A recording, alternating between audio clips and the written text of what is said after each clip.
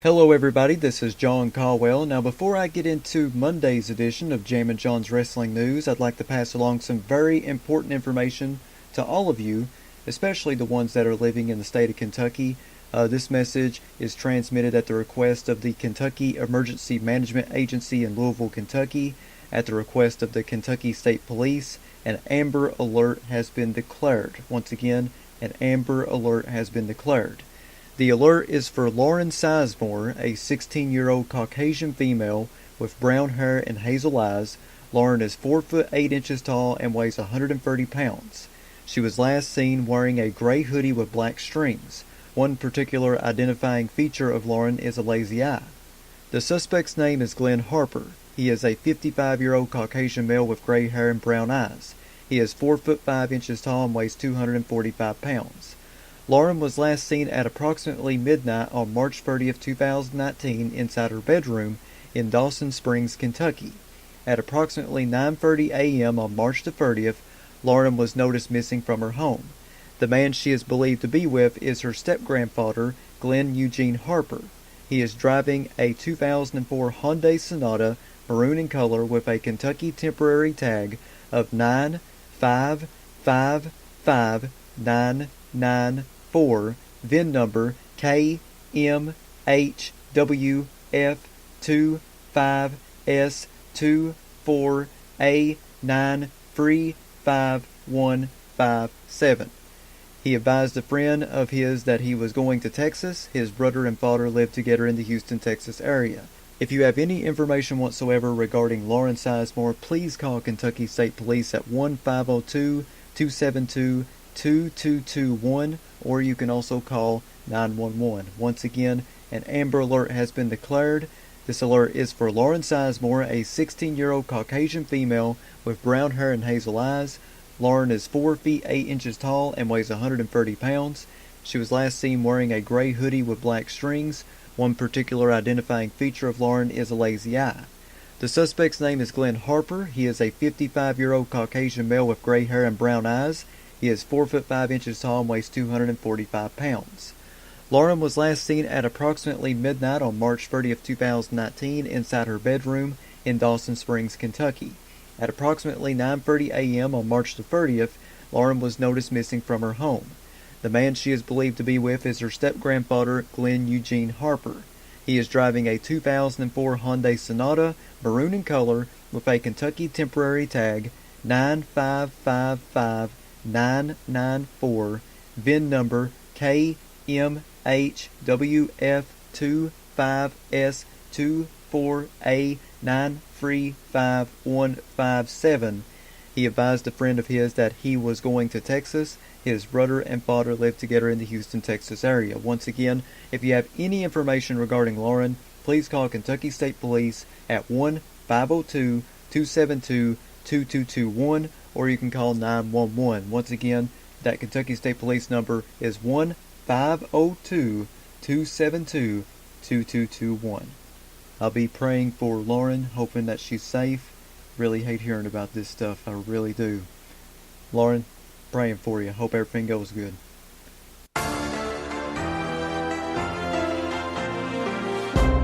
Live from Hazard, Kentucky, this is Jammin John's Wrestling News. Here's your news for April Fool's Day 2019.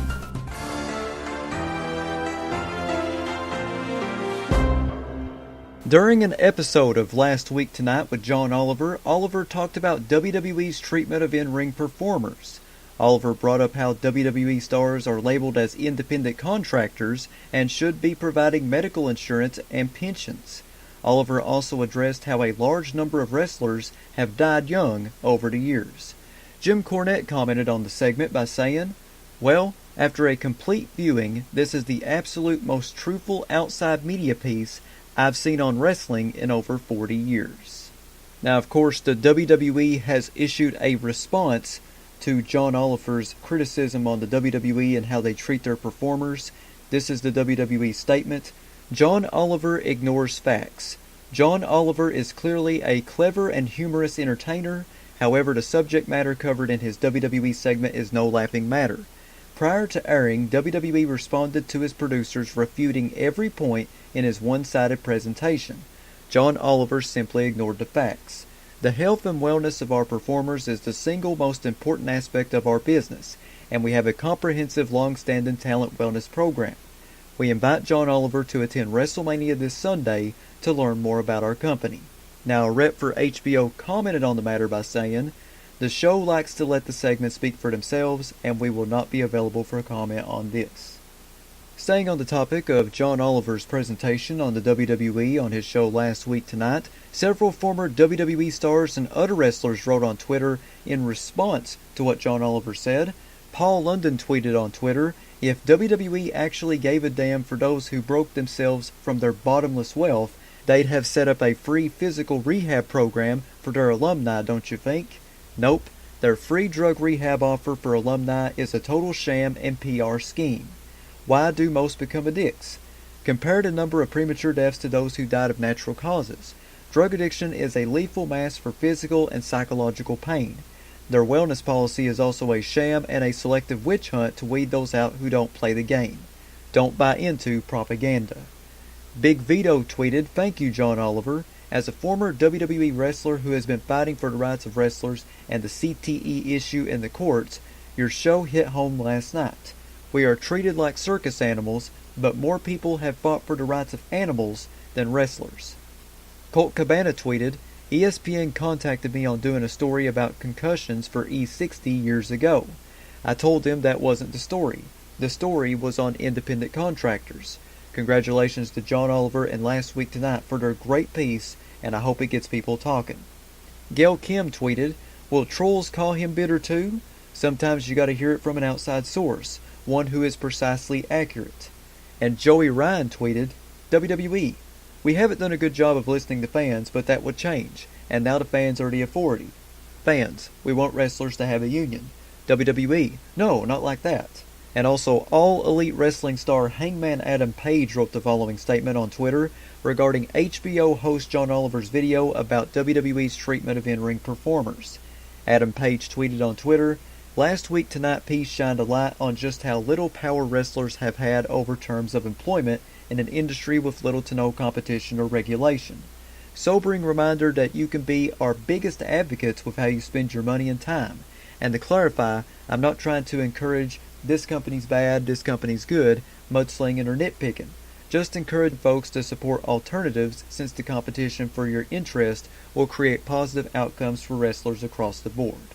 Stay tuned to Jammin' John's Wrestling News for any further breaking news updates on this story. There's also some more breaking news coming out of WWE. Tommaso Ciampa released the following statement regarding his in-ring status with WWE by tweeting a photo on Twitter simply stating, "In May of 2017, they told me that no one has ever had 3 major surgeries in a 12-week span and returned at a competitive level. I returned to the most successful run of my career. This week, I should be preparing to walk into the main event of TakeOver New York on WrestleMania weekend as the NXT champion. This match meant more to me than anyone will ever understand. The opportunity was taken away from me.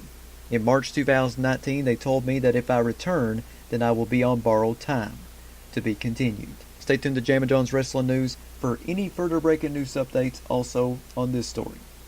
During an appearance on Jim Ross's podcast, former WCW announcer Tony Schiavone cleared up a rumor about himself and teased a big name joining All Elite Wrestling.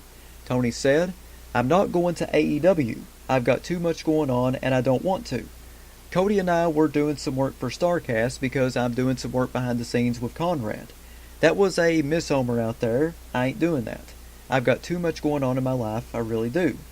Tony continued on by saying, "I think Cody is a smart kid and the Bucks obviously have made quite a name for themselves.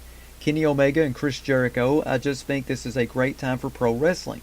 They're going to do some great things in wrestling, including bringing in somebody who has a great national name for himself, and I'll just let it go with that. They're doing things the right way, and I'm pretty excited for them." Thanks to SESscoops.com for the quotes. And finally, here on Jammin' John's Wrestling News, the WWE announced the following today. Brutus Beefcake was known for taking a little off the top and the sides of his opponents after a win inside the squared circle.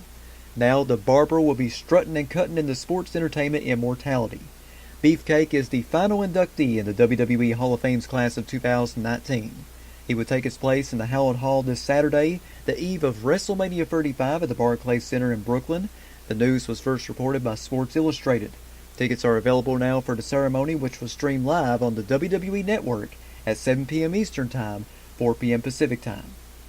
Beefcake first arrived in WWE in late 1984.